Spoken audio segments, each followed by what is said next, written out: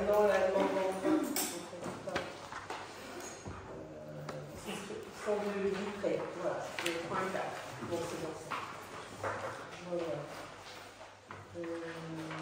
Donc, en secrétaire de séance, ce sera Emmanuel Barbier et auxiliaire Pauline Ferrari.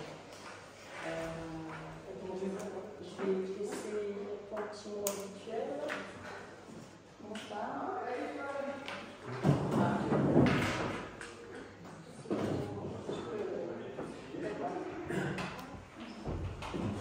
Alors, toute personne peut enregistrer et retransmettre en ligne les débats du conseil municipal à condition de ne pas troubler l'ordre de l'Assemblée, de respecter le droit à l'image des personnes assistant aux séances publiques, de respecter la loi informatique et liberté, de déclarer le traitement en frais de la CNIL et de veiller à une durée de conservation des enregistrements adaptés à la finalité poursuivie. Si les élus ne peuvent pas s'opposer à être filmés et ou enregistrés, le droit à l'image du personnel municipal et du public assistant en séance doit toutefois être respecté. Le maire ou l'élu désigné doit par conséquent rappeler ces règles en début de séance et prévenir de l'enregistrement les personnes susceptibles d'être filmées. Ces règles de protection de l'image des personnes non élues doivent également être respectées par le public procédant à un enregistrement. En cas de retransmission, l'intégralité des débats doit être reprise. Merci. Donc, on va passer à l'approbation du procès verbal du dernier conseil municipal. Ah oui, c'est la peine, excusez-moi. Donc, Valérie Hélène est présente, Emmanuel Barbier est présent, Christian Blaise est présent, Valérie Mercier donne pouvoir à Nicolas Diligent, Bernard Domaine est présent, Nicolas Diligent est présent, Solange Berger donne pouvoir à Élodie Robert, Cathy Stani donne pouvoir à Madame le maire, Eric Hubert est présent, Anne-Sophie Le Sel donne pouvoir à Anne-Lise Langrand, Anne-Lise Langrand est présente, Gabrielle Poulet est présente, Laurent Dossier donne pouvoir à Emmanuel Barbier, Élodie Robert est présente, Fabien Leblanc donne pouvoir à Bernard Dumaine, Grégoire Lair est présent, Dominique Legrand est présent, Jean-Pierre Julien est présent, Christian Damelin-Court est présent, David Deck est présent, Dominique Bourdon donne pouvoir à David Deck, Betty Pillet donne pouvoir à Christian Damelin-Court et Marie Zoutoulon est présent. Nous avons le quorum. Merci. Donc, je reprends. Donc, on va passer à l'approbation du procès verbal du dernier conseil municipal. Est-ce que vous avez des remarques, des questions? Donc, qui vote contre? Qui s'abstient? Donc, en point 1, on a un avenant à la subvention communautaire pour le comblement du site de la ville. Donc, vous avez vu, en fait, c'est un avenant qui permet de maintenir le fonds de concours à 150 000 € comme je m'étais engagé. Donc, je propose de valider cet avenant. Qui vote contre? Qui s'abstient? Celui-là, vous votez pour? Donc, c'est une unanimité. Ensuite, deuxièmement, c'est la mise en place de l'annulation du temps de travail. Comment? Annualisation. Donc, afin de faciliter l'organisation du service jeunesse et sport, la municipalité souhaite recruter un agent dont l'emploi du temps serait annualisé. Il est donc proposé de valider la mise en place de l'annualisation du temps de travail pour cet agent. Donc, on passera au recrutement, mais avez-vous des questions? Qui vote contre? Qui s'abstient? Donc on passe au point 3 qui est la création d'un poste d'adjoint d'animation. Donc à compter du 1er octobre 2025, la municipalité souhaite créer un emploi d'animation éducative et sportive dans le grade d'adjoint d'animation relevant de la catégorie hiérarchique C à temps complet pour exercer les fonctions suivantes. Donc animation des temps périscolaires, animation et direction des temps extrascolaires, préparation, animation des manifestations communales, élaboration du projet ado et de l'heure civique avec le collège. Donc, pour répondre aux nécessités de service, celui-ci est créé sur un plan annualisé, ce qu'on vient de voter précédemment. Avez-vous des questions? Donc, qui vote contre? Qui s'abstient?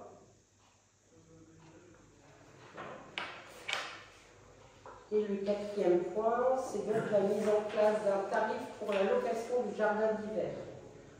Ça nous arrive, qu'on nous demande une petite salle, donc c'est pour ça qu'on s'est dit, tiens, ça pourrait être utile de mettre ça à la location, donc afin de permettre la mise à disposition du jardin d'hiver pour accueillir des manifestations privées, il convient de fixer un tarif journalier afin d'assurer une gestion équitable et transparente de cette mise à disposition. Donc il conviendra d'ajouter cette location à la convention de mise à disposition des salles municipales. Il est donc proposé à l'Assemblée délibérante d'instituer un tarif de location pour le jardin d'hiver à la mairie dans un Saint-Aubin fixé à 100 € pour les Anzinois, à 400 € pour les extérieurs, et de convenir que la capacité maximale d'accueil du jardin d'hiver est fixée à 50 personnes. Des questions, des remarques? Moi j'ai une petite remarque. Je pense qu'il serait bien d'amender un petit peu cette délibération pour permettre de prêter cette salle gratuitement quand il y a un décès. Bien sûr, ça c'est ce qu'on fait. Mais c'est pas comme ça. Régulièrement, pour les personnes lors d'un décès, on ne va pas facturer. Parce que le fait que ça ne soit pas inscrit, ça porte un petit peu à confusion. On va dire il est dans 6 mois, donc en fonction de la délibération, il sera obligé de payer. Donc pour éviter... Non, c'est ça. En général, c'est ça. Mais bon, pour nous, ça... Bah oui, j'ai des conditions particulières, donc c'est vrai que... Bah, bien sûr. Non, c'est surtout pas pour les décès. En fait. C'était pas pour ça qu'on l'a fait. C'est parce que dans l'heure, par exemple, dernièrement, on a eu une demande d'un Anzinois qui était auparavant, qui était agent de la commune et qui demandait pour avoir éventuellement la salle. Et comme nous, je sais qu'avant, vous prêtiez régulièrement aux agents, etc. Maintenant, que ce soit des élus ou des agents, on a un tarif. Et donc, pour qu'ils puissent bénéficier de cette salle, en fait, et comme ça nous arrive régulièrement où on a une demande pour une petite salle, moi, ça permet de pouvoir aussi louer cette salle voilà, pour des événements festifs. Quand on parle de la rivière, on parle aussi de la cuisine. Oui, oui, parce que tu peux pas, bien sûr. Après, la location des selles extérieures, c'est comme dans le règlement, de toute façon. Alors, quel type d'événement ça peut être? Alors, ça peut être un anniversaire. Là, c'est un anniversaire. En l'occurrence, là, on nous l'a demandé pour un anniversaire. Une autre fois aussi, on l'avait demandé pour un anniversaire, et c'est vrai qu'on l'avait fait. On dit, on va au moins le jour,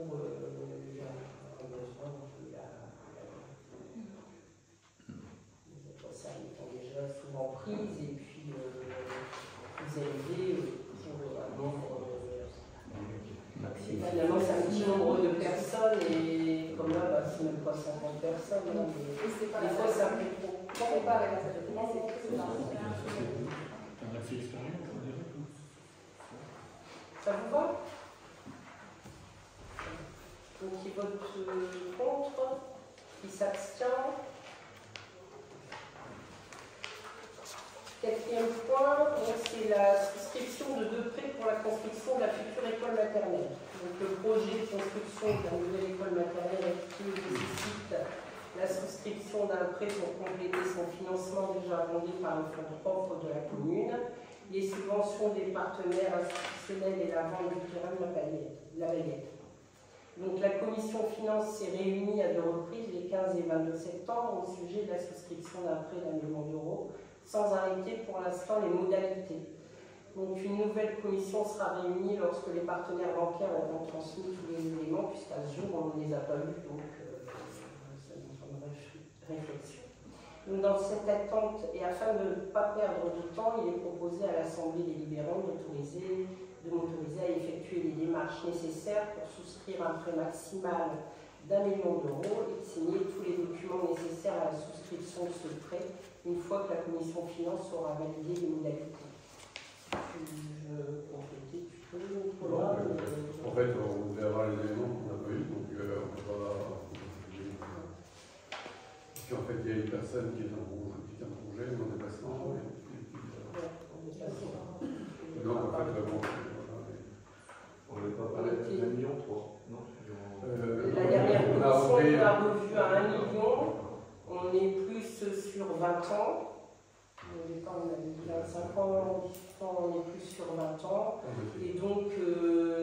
reste à voir, c'est au niveau du taux fixe et taux variable. On était sur un tiers, 2 tiers, un tiers pour le taux variable et 2 tiers pour le taux fixe.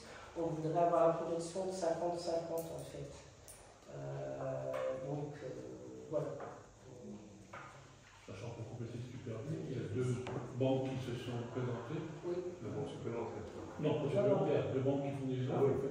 différentes pour ce financement, ils sont créés avec l'eau et les banques du territoire. Voilà, c'est ça. Donc c'est vraiment, voilà, le fait c'est de savoir ce qu'on va faire, comme on l'avait dit au départ, un tiers et 2 tiers. Un tiers taux variable qui est à 2,20 et le taux fixe qui est à 3,91. Ou est-ce qu'on fait du 50-50? On va voir voilà, ce qu'ils vont proposer.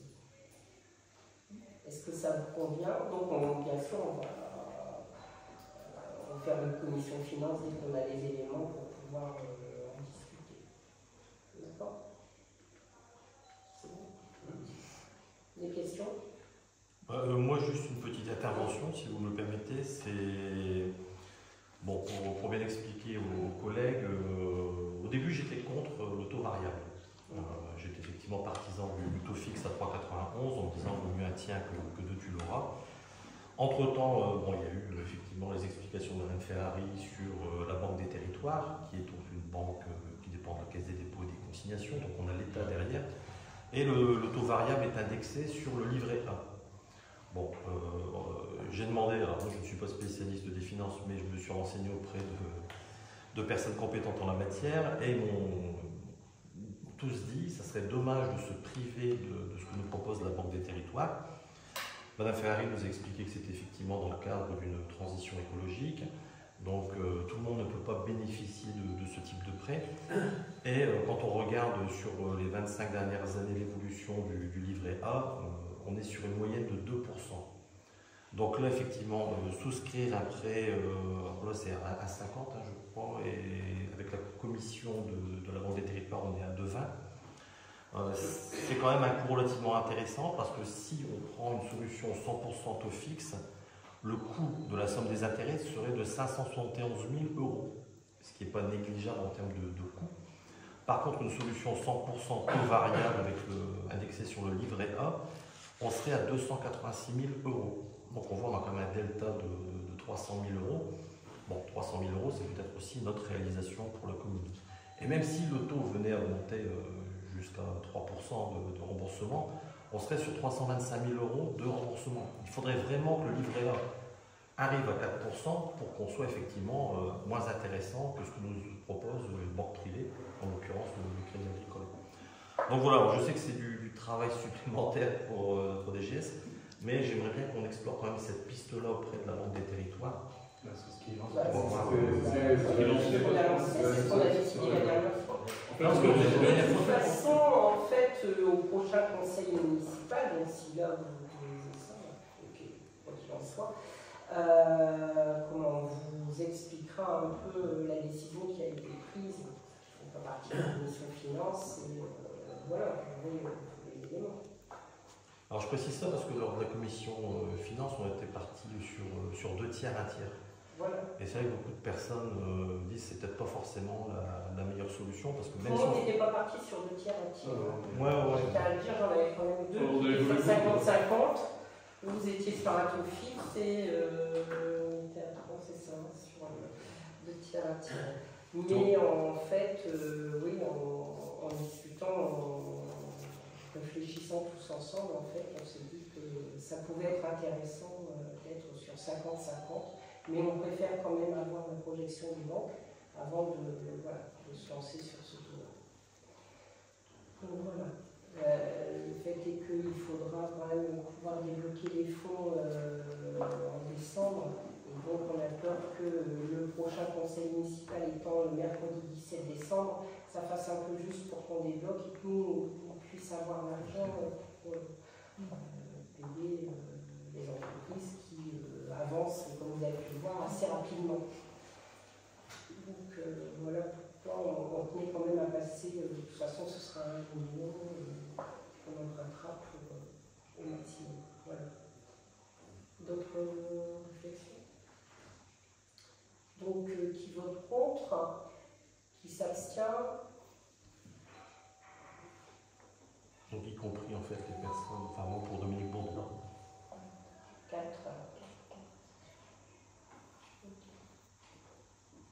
Oui, une petite remarque par rapport à ça. Hein. C'est vrai qu'il y en a quelques-uns qui avaient émis la proposition de 50-50, mais éventuellement, on pourrait aller à 100% par rapport au salarial, sachant que c'est quand même intéressant et que c'est indexé sur le livret A. Donc je veux dire quelque part une certaine sécurité.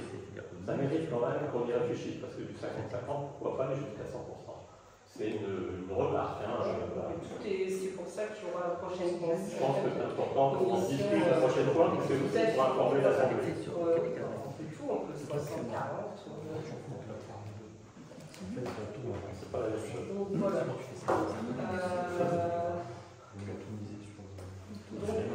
Les prochains conseils municipaux, on en a un le mercredi 17 décembre à 19h et mercredi 11 février à 19h. Comment? En principe.